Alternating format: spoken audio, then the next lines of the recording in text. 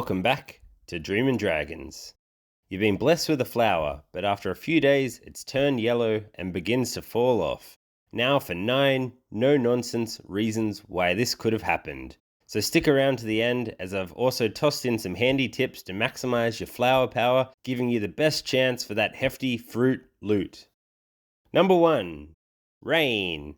There's an unclear window after pollination where if it rains, the pollen and the pollination process can be compromised. If your flower and stigma becomes wet from the rain or hose within about the first 40 hours post-pollination, I've found there's an increased chance of flower abortion. You can help protect your flower from the rain with techniques like bagging it up post-pollination. Number 2. SelfSterile. This is the most likely reason why your flowers come crashing down. We've covered this in another video, find it linked in the description below, but essentially our dragon fruit variety can be either self-fertile or self-sterile. A self-fertile variety is one that can set a fruit through the use of its own pollen, whereas self-sterile varieties will not develop a fruit from the use of their own pollen and require cross-pollination, so pollen delivered from another variety. Many growers' first plants are often unnamed varieties and usually oblivious to the fact that their flower won't turn into a fruit unless they use the pollen of another variety. Rough stuff. What to do if your variety is self-sterile? Well, you're going to need the pollen from another variety to set fruit, so if you don't have one, time to treat yourself to a new variety. Alternatively, you can network with other gardeners to trade pollen or even cuttings. I know in Australia we have a Facebook group called Dragon Fruit Australia, where we have a list of a number of growers across the country, and you can reach out to those growers to trade or collect pollen. If this doesn't appeal, you can always be ruthless and bin your self-sterile variety and treat yourself with a self-fertile one to start the journey again. Number 3. Heat. If the weather's absolutely scorching hot, your plant can move into a state of stress as it tries to conserve and utilize its moisture and energy for survival. This can take energy away from the reproductive process. Regular watering can help during periods of prolonged and extreme heat, as well as providing some shade. Number 4. Dehydration. Similar to extreme heat, if you've forgotten to give your plants a drink, or again, it's been pretty hot and the soil's been sapped, the plant's going to conserve the moisture it has for survival and will strip that from your flower.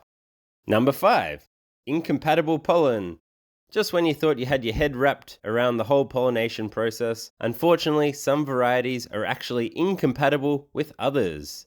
The majority of sibling varieties that are grown from seeds of the same fruit are very genetically similar and won't set fruit using each other's pollen.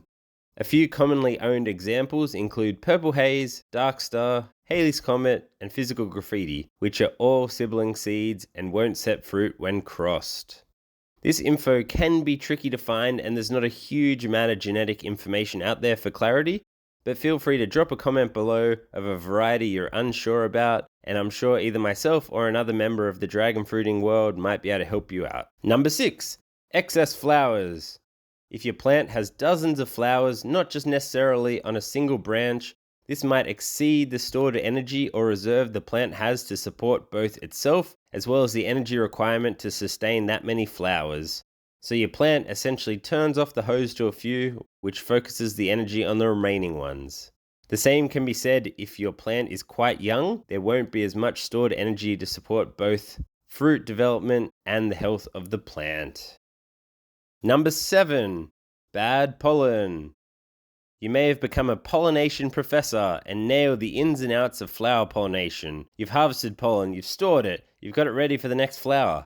Unfortunately, if stored incorrectly for too long or it's become moist, it can become as useless as the yellowing flower you have falling off your branch. I've not personally tested how long pollen can remain viable in the fridge or freezer, but keeping it airtight, dry, and refrigerated will prolong its lifespan. Number 8. Not pollinated? A common misconception is that a self-fertile variety will set fruit on its own. For a flower to become fertilized, it requires pollen to travel from the anthers and filaments, the little bristles here, onto the stigma, that little octopus tentacle thing over here. If pollen doesn't reach the stigma, no fruit. Number 9. Reduction in sunlight. If the weather's hot and you've sheltered your plant, Or if the amount of sunlight your plant receives suddenly reduces for one reason or another to a point that it's insufficient to support the energy demands of your plant, our flower can again go by the wayside.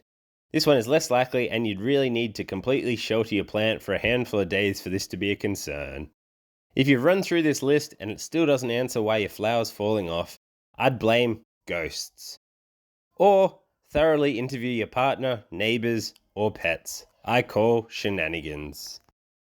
And finally, if you've enjoyed or found this video interesting, please drop me a like as well as subscribing to my channel. It will do wonders to help spread my content to the wider dragon fruiting community, plus will help you keep up to date with all the dragon fruity goodness we have going on here.